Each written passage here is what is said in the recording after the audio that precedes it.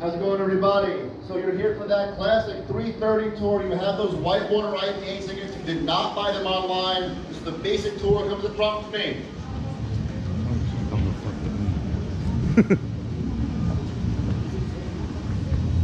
How's it going, folks? My name's Ryan. I'll be your tour guide for the next hour or so. Down this tunnel, my good friend Ava. Everyone say hi to Ava. Hi. Okay, one-on-one a lot better than that, guys. Ava is the most important person on this tour. Ava pours your beer. All right, so the nicer you are to her, the nicer she'll be to you. Let's try that again, guys. Say hi to Ava. Hi, Ava. That's much better, guys. Come on, it's a Friday afternoon. Drink some free beer. Have some fun with it, all right? So, a few quick things before we get started on this brewery tour today. First off, guys, it's going to be safety. Super important. Behind me is a live and active craft brewery. That means it's not a commercial set, it's not for show, it's not for funsies, it's like stuff's happening. So that means for you guys, practically speaking, is don't push any buttons, don't pull any levers, don't poke any brewers. They're all super sensitive. They don't like that. Just if it's metallic, it's got a beard, it's not for you, all right? Don't do anything weird to you, don't do anything weird, what happens to you, the beer's safe, you're safe, everybody wins. Cool. Next up, guys, we have a free brewery tour. If you don't want your money, we would much rather you take that money and donate it in the keg at the front, keg next to Ava back there, or the keg in the gift shop. And that money goes to 3 local charities we support here at the Boston Brewery. The first one is called YES, or Youth Enrichment Services. It's an Outward Bounds program. We take kids from the greater Boston metro area, bring them out to the woods, they go hiking, they go biking, they go skiing, they go bear wrestling. You know, those very fun doing activities. And they get left there. Hunger Games it out, because, for fun, it's good. Just kidding, we bring them all back to the city. They get SAT prep, they get college counseling, they get job shadowing, career counseling. Help get them start on the right foot. You don't like kids, maybe you like the opposite of kids. People who have been long since dead. That money goes to the old Brewery burial ground here in downtown Boston. It's a historic burial ground, one of the oldest in the country, with some pretty interesting Boston historic figures buried there, including Paul Revere, John Adams, John Hancock. Wow, I'm shocked. One of those it, guys. This will not get better, I'm so sorry. John Hancock, Sam Adams, and the victims of the Boston Massacre. So while you're enjoying a nice cold Sam Adams, your money supports a nice and cold Samuel Adams. That third way your money goes, you don't like kids, you don't care about dead people, well, that money goes to beer. I'm assuming you guys like beer, you are here for a brewery tour. That money goes to Brewing the American Dream. Founded by Jim Cook about a decade or so ago now. That money, that charity provides low to no interest loans to starting up food and beverage industries, companies, coffee roasters, breweries, distilleries, all that fun stuff. We believe in an active and vibrant craft market in this country, and we want to make sure that those get off the ground as quickly as possible. We know it's pretty hard to get started. Cool. If you guys want to donate any of the kegs, front, behind me, gift shop, or on card, either in the tavern or in the gift shop. One last thing, guys, cell phones. Just have on silent. I don't care if you're text or your whatever, just be mindful of your neighbors around you. Pictures are all very much allowed. We highly encourage it. The hashtag is #WeAreGlass. Join us on social media. Here's our free tour. Okay, come on. Again, the energy, guys. That was yeah. All right, here we go, guys. We're gonna learn about some beer, have fun, we're gonna drink some beer. So follow me down this tunnel, have us up nice and high so Ava can get a head count. And welcome to the Boston Brewery.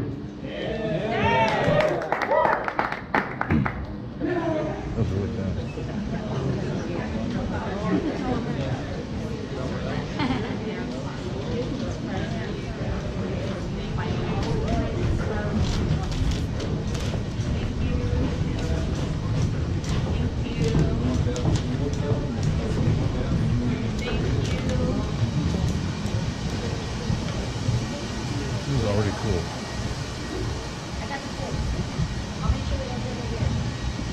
Smells awesome.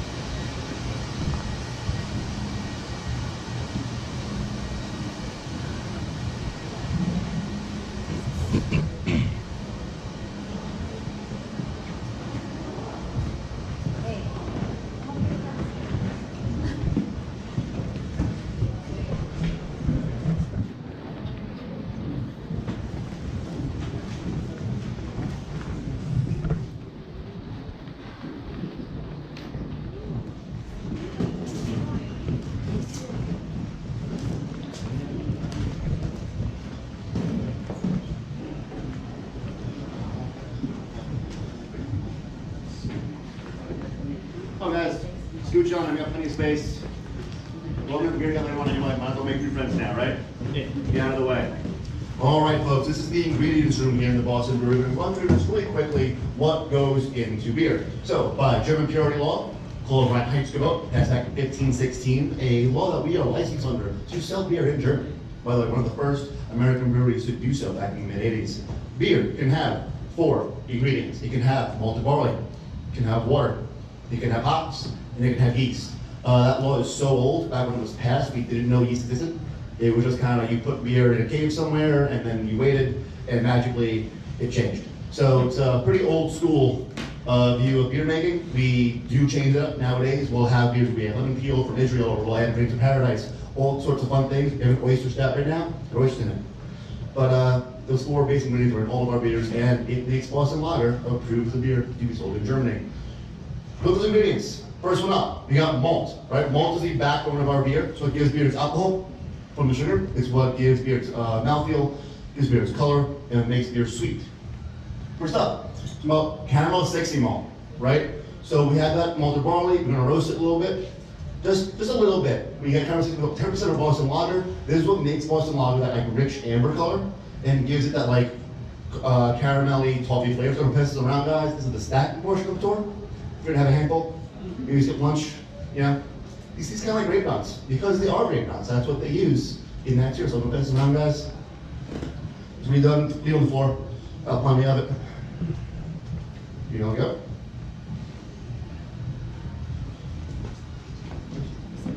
Here we go. All right, cool. So let's go around, guys, with the next malt. This is the other 90% of the malt used in Boston Lager. It's called pale malt. Pale malt is like barely all roasted, which we use because that means it's got a ton of sugars in it. When we malt our barley, we release enzymes that break down complex sugars and carbohydrates into simple sugars that our yeast can ferment. When we then roast that, we add flavors like caramel or toffee or coffee or chocolate, but we lose sugars that we need to get the beer of appropriate body and alcohol. So we use pale malt, as barely roasted, to kind of make up that difference that we're losing in, say, that caramel 60. Pass it around, guys. It's not as tasty. Kind of take an unsalted cracker, but I'll pass it anyway. You guys want to try some? A little handful. So over here. All right, and last but not least, we got chocolate malt. Not gonna pass it around. It's one tasty gross on its own. It's like roasted being almost burnt. There's almost no sugar in this stuff at all. We get a lot of like coffee flavors from this, chocolate flavors from this. Think less like a Hershey bar and more like 99.9% cacao baked chocolate.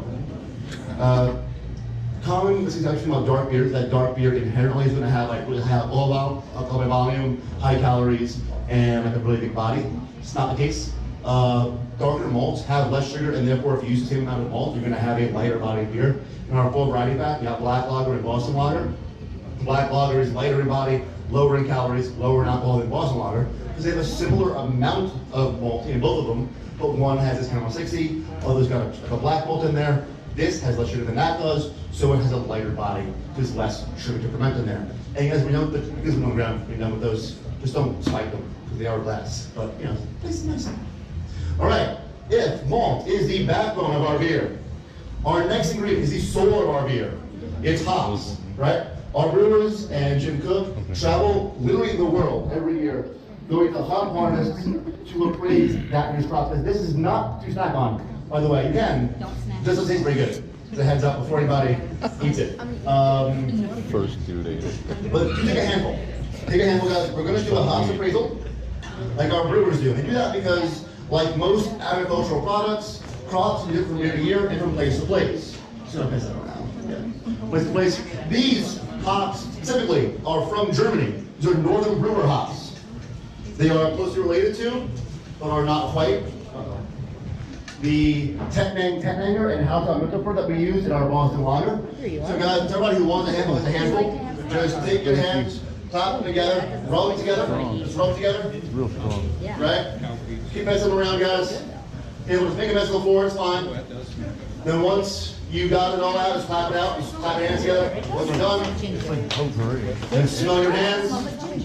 And what do you guys smell? Shout out smells. Ginger. Potpourri. Beer, fine. I mean, technically, yeah, sure, beer works like that. But the intro with beer, you have much shorter tour. Potpourri, kind of, I can see that a little bit. Ginger. Ginger, sure. Yeah, I was thinking of fair enough. Chicken. Maybe citrus. Might need citrus. Oh, maybe. Right? And they're like orange or lemon peel. Maybe pine a little bit. A little pineness on there. Yeah? That is from that orange, like orangey yellowish residue on your hands. That like sticky stuff. It's called luculin. It's essential in the hops. It's heat activated. It's why I had to get that friction going, get it warmed up. That luculin, it provides the bitterness and aroma in those in your beer from the hops. Depending on how much you boil them in the brew process, you gotta get more bitterness or more aroma. Any questions about malt or hops? Any questions at all about this stuff? All right, cool. Our third ingredient is water. Any questions about water? Here's what makes your beer wet. We have samples over here and in the brew house. Because it is Boston tap water. We use Boston tap water we have since Jim Cook homebrewed Boston lager for the first time in his kitchen. It's some of the cleanest and most consistent water in the country. Comes from the Quabbin Reservoir out in central Massachusetts, not the Charles. It's much cleaner than Charles. We have 2 other breweries, one in Cincinnati, Ohio, and one in Lehigh Valley. We don't ship them like kegs of Boston water. Instead, we send them small samples. And they use a really complicated process called science to reverse engineer their water to match our hardness, softness, pH balance, all that fun stuff to make Boston lager taste the same whether it was made here in Cincinnati or in Pennsylvania. Which is kind of cool for a very simple ingredient. All right, our fourth ingredient and last, but certainly not yeast. It's yeast. I said this tour won't get better, guys. You all thought I was lying. I was not. Yeast is a single-celled fungi, just like your tour guide. See? I meant it. That produces the alcohol and CO2 in your beer. In other words, the fun parts. Basically, they're contained yeast, right? For all the kinds of beer in the world, right? All the kinds of beer. Only 2 types of beer. So there are ales and there are lagers, because there's only ale yeast and lager yeast. Different specific strains and stuff, but broadly speaking, it's ale yeast, lager yeast. Ale yeast will ferment at the top of the tank, right? It's going to eat up sugars moving downwards at a higher temperature for a short amount of time. Lager yeast ferments at the bottom of the tank at a cooler temperature for a long amount of time. The word lager itself comes from German, meaning to keep, because you kind of just leave the beer in a cave somewhere, nice and cool, for a long amount of time. Any questions about yeast? All right, cool. Well, in that case then, guys, what's a free beer? Yeah. Not how the tour works. Turn around, we're gonna see Ava. She's gonna bring us over into the brew house and talk about how the beer gets made. Let's go around that way.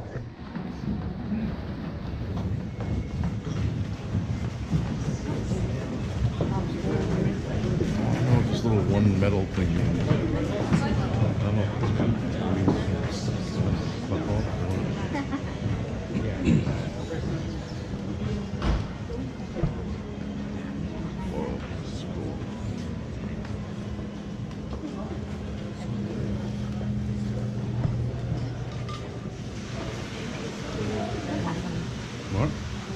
All right, folks. Wow, that's so loud. Always gonna look like each time, so I never thought that was gonna be. That was a welcome surprise. So, guys, welcome to the brew house here at Boston Brewery. You guys have ever gone on a brewery tour? Anybody got done a brewery tour before? All right, this is pretty small, right? This is a pretty small brewery for a brand as large as ours. Like I mentioned, we have some other breweries out in Pennsylvania and Ohio. They make the majority of our beer. Those are production, they are 24-hour, constant on the clock brewing environments. This place is something more data-wise, a bit more special. This is an R&D brewery. It was our first place. We moved in here in the late 80s. Before then, had been the Heffernan Brewery from the mid-1880s to the 1960s and 1965. It was been abandoned for 20 some odd years. But we moved in. So we moved to this abandoned building with a lot of cool beer history behind it. And we knew that we wanted that to kind of be part of our legacy. We wanted to continue a long tradition of brewing in Massachusetts. So we moved in, and basically by the time we moved in, the demand already outstripped what we could produce here. This is only a 10-barrel system at a time, so about 20 kegs. Boston's a pretty thirsty city. You're right here. We knew we'd have to make this be something besides just production. And so every beer we ever made, with the exception of the Boston Lager, got its start right here. Being served on tours like this one or in the tap room, kind of getting a sense of what people thought of beers we had no idea how they'd sell. This is really kind of a very special place to stand out. but doesn't enough bad stuff, right? How does beer get made? So first off, we take that malt, we have it in the tap, we have it in whatever, and we, behind that, have a very, very cleverly made room called the malt room. I know, it's very creative. We take that malt, we grind it into grist, and we move that using that blue conveyor belt and put it into that tank right there, that copper tank right behind me. It's called the mash tun. In the mash tun, that malt meets hot water, and it basically produces like a porridge, like another word. We call that the mash. We do that to continue the release of enzymes that break down complex sugars into simple sugars that can ferment. So you got this boiling porridge going on in the kettle next to it, over there. That's called the mash kettle. In the mash kettle, we take out some of the mash in the tun, we boil it, and put it back in. We're one of the 3 breweries that still do that in the US. It's an old school German technique that basically preserves some of those longer chain sugars to make it sweeter, more malt forward beer. So things like our Oktoberfest and Boston Lager, they get into that. Once we have a mash that's ready to go, we got properly released the sugars and stuff. We now move that mash to the vessel next to it with the blue motor on top. That's called the lauter tun. The lauter tun kind of looks like someone like a I'm making up the word. It's got a false bottom. It's a string. It's a string. There we go. A colander. What's going on for you guys? A colander. I'm sorry, it's one of those days. It's got a false bottom, so that spec grain stays up top. The barley tea, for lack of a better word, kind of goes to the bottom. We call that wort. W-O-R-T. That spec grain gets shipped out to farms across the state. The wort is what we need right now, guys. So we take that wort and we move it over to the brew kettle over here. In the brew kettle, that wort is going to be boiled and it's going to be hot. Because we're getting our hops or any other heat active spices, and we're boiling it both to extract flavor from those spices and also to kill up any unwanted bacteria that may have been on the grain. Things that are going to give our beer off flavors, right? And so we're going to travel abroad, they might say don't drink water, drink beer instead. That's because the beer is being sanitized by oil. So we're adding our hops and our spices. We don't want chunks in our beer, right? We're not getting them back out now, we extract their flavor. So we send it over to that vessel in the front, right there, called the whirlpool. The whirlpool does what you guys think it does. It spins up here around really fast. It's really cool. Basically, it's stirred iced tea, right? Any solids in there, kind of like to the center by stirring it. Same idea. We call those solids in beer the trube, T-R-O-O-B, the trube. That goes like, hop leaf remnants, any hop pellet remnants, any spice like cinnamon or anything like that. Anything we don't want in our beer. Now the wort is clean. It goes through some pipes behind that wall. Through what's called the wort chiller. Think of it like a radiator almost. Like it's just, just some pipes. We got hot boiling wort going in one direction, cold water in the other. That cools down the wort enough that we can move it into our fermentation tanks. We do that, like I said before, yeast is a living organism. And if I want to guess what happens when you put something alive in boiling water, it dies. The answer is it dies. But, easy answer, guys. Yeah, and we don't want that because yeast is a little small little guy with a really big job to do. So we pitch our yeast in, either a lot of yeast, and what we're making for Boston Lager, a lot of yeast, and then we need to let nature take its course, about 2 to 3 weeks of Boston Lager. This whole process back here, only 60 hours. That's about a brew day. We're working for our brewers. This stuff, we were just at the mercy of nature. So, wait a few weeks, and we have beer. Yeah, right. It's good, it's carbonated. It's got alcohol, it's made from barley, it's a beer, but it's not quite ready yet. The flavors just haven't completely come together. It basically needs more time. We call that stuff green beer. Not good green color, but unripe banana, it's just not, ready yet. So we then take that beer, we take it out of the fermentation tanks, and we move it into a conditioning tank, the same kind of tank really, but this time it's clean, there's no yeast in there. We don't want any dead yeast cells getting off any unwanted flavors. Let that beer condition in there, and now the conditioning phase is our last chance to impart any last minute flavors or things that you just can't add in through heat, right? So for Boston Lager, we take those cones on the bottom, you notice those? We fill those cones up with pelletized hops, and we just dry hop that beer on top of those. So we'll have the beer conditioned on pelletized hops, we'll dry hopping, brings up some more of that hop aroma without bitterness. We use halibut for that. Say for our rad lemon goza, right? We'll fill that thing up. Instead of hops, we'll use a rad lemon puree. Let's pick up some of those flavors. For that boysenberry goza, we got boysenberry, same idea. You can really do a lot of like fruit additions like that in that conditioning process, but also, I'm sure some of you guys may have like a barrel aged here. From behind on that side, we have our barrel room, and over there, we have a bunch of Buffalo Trace bourbon barrels. Awesome. Alright, so bourbon can only use barrels once, which means there's one bourbon barrels coming out the world, or the country really, and you use all over, so we use them for beer. You let them air condition those, pick some flavors from the wood, some flavors from the bourbon. You can do a lot with conditioning. And now, we have a few more weeks and the beer's done. And that beer goes to 3 places. The first place that beer goes is to festivals and tournaments around the world. We're going to be heading to Mass Fermentation Fest tomorrow, actually. We're at American Beer Festival. We're one of the most award-winning breweries in the world, which is really interesting considering we're only like 35 years old. And the oldest one is around 1,000 almost. And we still compete and we win pretty regularly, even in German-style categories against the breweries. Pretty much. Next place that beer goes from here is to loyal draft accounts around the city of Boston. Places like Noel's Cafe, Union Oyster House, Penman Tavern. Basically places that back when Jim Cook had a 6-pack in a suitcase, decided to take a chance to put them on tap. They helped us out way back when. We want to give them the first beer we possibly can. The third is the Ghost. He is my favorite place. So I can drink it before, during, and after work. Goes nowhere. Gets wrapped in kegs. Gets moved about 100 yards that way. Gets put in a line, and eventually gets tapped and pumped into our tap room and our tasting rooms to be enjoyed on tours like this one. I don't know about you guys, but I'm pretty thirsty. Talking. I can use a beer now. I'm sure you guys have been listening for this long could also use a beer. Yeah. So guys, why don't y'all turn around quick, see Ava. I'm gonna show her your blue handstand. She's gonna give you a glass. We have a table in that room, and we'll chill out some beer now, right? Cool.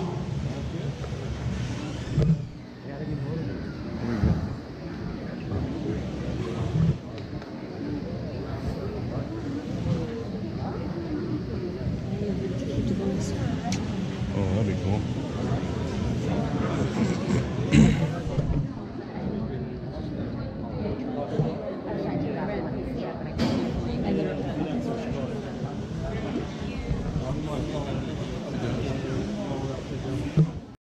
Who's not drinking for personal reasons or age or whatever else, I don't need an answer or a reason. I want a root beer instead. We got 2 over here. Why not both? Over here as well. All right, cool.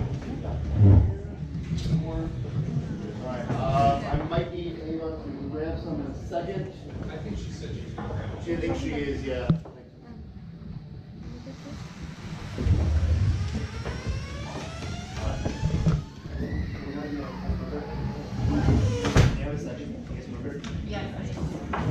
Sorry.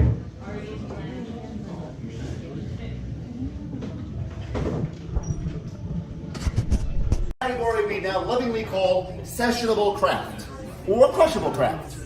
The lager yeast makes it really crisp and light. The ale yeast makes it so complex. No breaks on this one, guys. It's pour glass. Chat about any questions about beer. I'm up front. Ask me. Raise the hand. Whatever my life, my personal life, whatever else. Present. Yeah, it's a casual promotor now.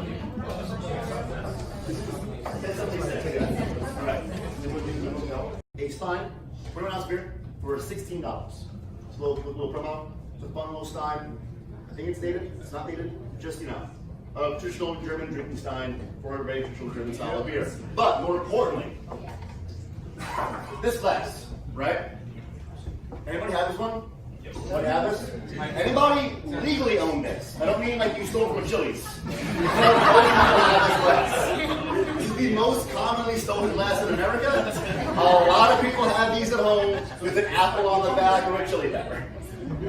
And when you take that as a bit of a badge of honor, we're kind of proud of that one.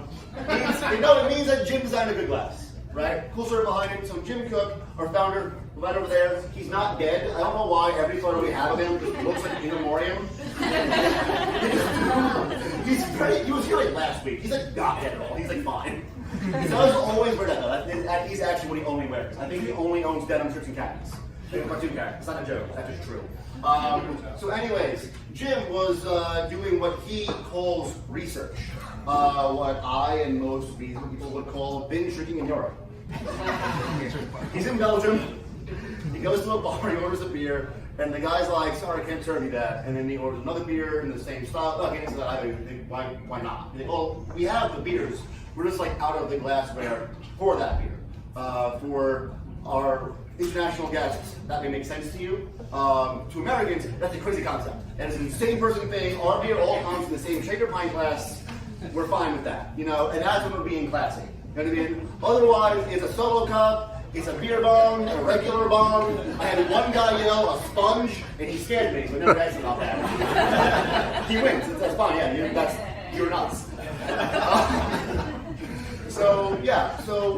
But overall, internationalists, a lot of breweries will design glasses that complement their beers, release their beer styles. It's just part of the beer itself. So Jim likes the idea. Comes back to the US, he goes over to Cambridge, where we store all our nerds, keep them all across the river over there. He goes to this glass company called Tie-X and says, hey, I want us to make a glass for my beer. They're not so sure. They mostly make wine glasses, champagne flutes, that kind of thing. They don't really do beer glasses, but they give it a shot. They agree. And after a little while, some hard research, they came up with the perfect pint glass. Why is it perfect, you ask? Well, it's got four really cool features. First off, it's a beaded lip. Just like your tasting glasses have, that beaded lip works as like a speed bump, slows that beer down as it comes into your mouth. So you get both that multi-sip and that bips at the same time, right? Probably coating your palate. Next up, we got this bulb. We call it the hops aroma catcher. Anybody want to guess what the hops aroma catcher does? That's right, things are on the hops. Like I said, no more questions. Next up, it's got a built-in koozie. How do you have that when you ask? Well, let me show you. I'm not musically inclined, but my friend's on Spotify, so close enough.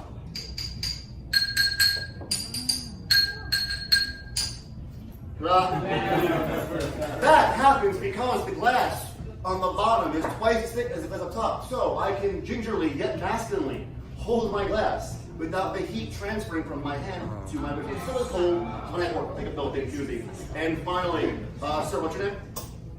Ken. Ken. Do we trust Ken? Yeah. Sure. Yeah. Okay, cool. Ken, you see like a small circle on the bottom? Small little. Yep. Yep. It's called a nucleation site. It's a small little imperfection etched in with a laser beam. We do that to act as a fake crack in the glass. Everybody's ever drank from a broken glass, whatever, or from a cracked glass. You might notice bubbles go towards that point. They're trying to escape. They're going for the path of least resistance. So the bubbles in my glass keep pushing towards the bottom. They're trying to tank it like the 76ers used to do back in the day. And that's pushing the bubbles back to the top, creating a constantly replenishing foam head. In beer, guys, foam is your friend. I know people like, oh, I pour perfect pint, man, like, oh, they're the top, no foam. That guy's wrong.